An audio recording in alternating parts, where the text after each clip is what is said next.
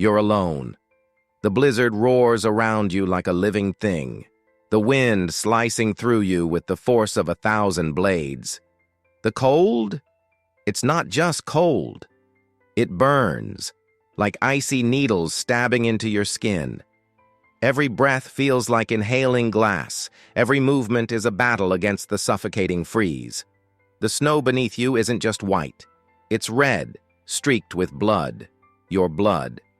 Your bones scream in protest with each step. Your vision blurs. And then, something shifts. In the blood-stained white, you see it. A shadow. A she-wolf. Her body ravaged. She's torn apart. Gashes, bruises, the kind of wounds that should have ended her long ago. Her fur is matted with blood, her eyes glassy from the agony. But there's something more that freezes your heart. The unmistakable swell of her belly. She's pregnant. Your rifle feels like lead in your hands. It's heavy, too heavy. Your fingers are numb, but they tremble anyway. The hunter inside you is screaming. Take the shot, put her down, end her suffering. But why can't you? Why is your breath catching in your throat as you kneel?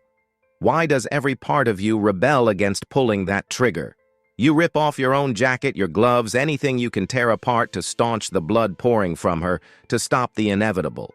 Your body heat, your breath, your soul, all of it is now hers.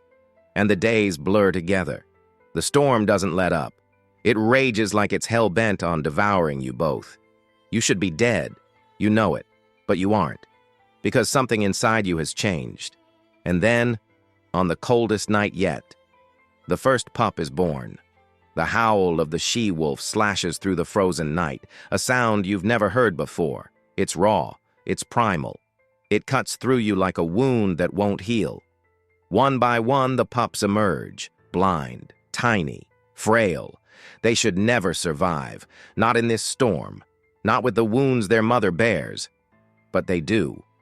Because you're here. And you make a promise, they will live. But the hell that's coming? It hasn't even shown itself yet. You hear them before you see them. Heavy footsteps crushing the snow underfoot. The unmistakable sound of rifles being cocked. They've arrived. The hunters. The same men you once drank with, who once called you brother. But now? You're nothing to them but prey. A voice cuts through the storm. Step aside, Jack. Your heart pounds. You turn to the she-wolf. Her gaze locks with yours, eyes full of trust. You see it then. The moment. The final choice. And in that instant, you know there's no going back. The first gunshot shatters the world around you. The sound of metal splitting the air. The pain rips through you. It burns hotter than any fire could. It's molten steel piercing your flesh. You scream, but the sound is stolen by the wind. But you don't fall. You won't fall. The she-wolf howls. Not in fear, but in rage. In fury. The second shot? It never comes. Because in the dark, something shifts. Eyes. Thousands of them. They gleam through the trees, glowing, watching, waiting. Wolves, a whole pack. Their eyes cut through the storm, more terrifying than any gunshot. Silent, lethal.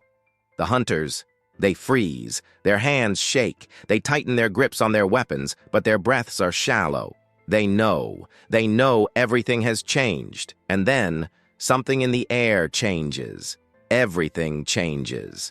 Axe blood spread across the snow, hot, alive for only a few seconds before it was swallowed by the ice.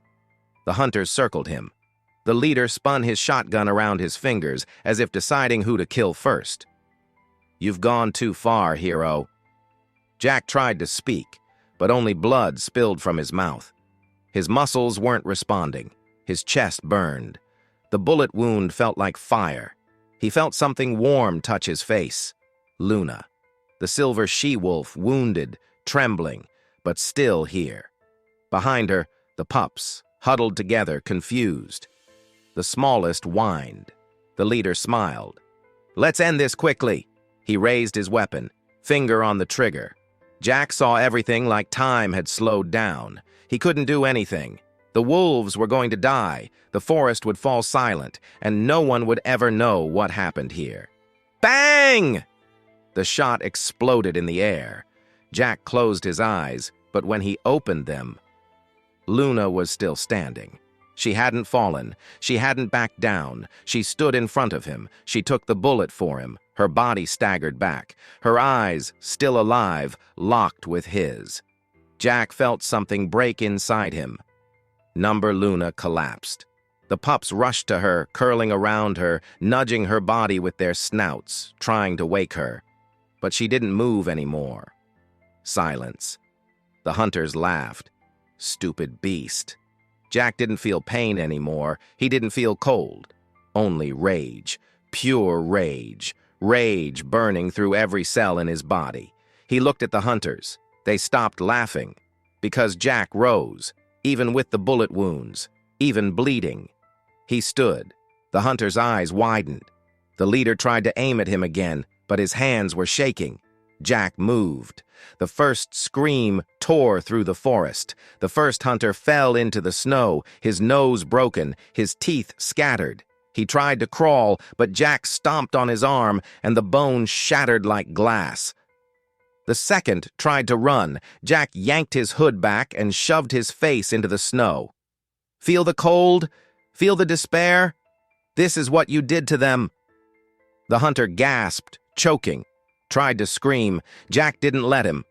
The third pulled out a knife, but Jack was already on him. He grabbed the man's hand, crushed his wrist, and twisted the blade back into his own chest. The hunter's eyes went wide. The blade slid in slowly. The leader tried to flee.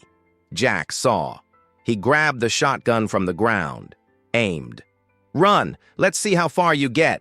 The leader stumbled, his feet sinking into the snow. Bang! The bullet hit his knee. He fell, screaming. Jack walked over to him, squatted down, grabbed the leader's face in his hands. You know what happens to hunters when they're hunted? The leader trembled. His mouth opened, but no sound came out. Jack leaned in close to his ear and whispered, They learn what fear is. Then he threw the leader into the snow, picked up the shotgun, and without hesitation, he took one last shot. Silence. The forest froze. The snow kept falling. Jack looked at the bodies scattered around, at the bloodstains marring the pristine white. He turned. The pups were still there, waiting for Luna to rise. But she wouldn't. Jack collapsed to his knees. He pulled her body into his arms. He felt her warmth fade away. And then, for the first time that night, he cried.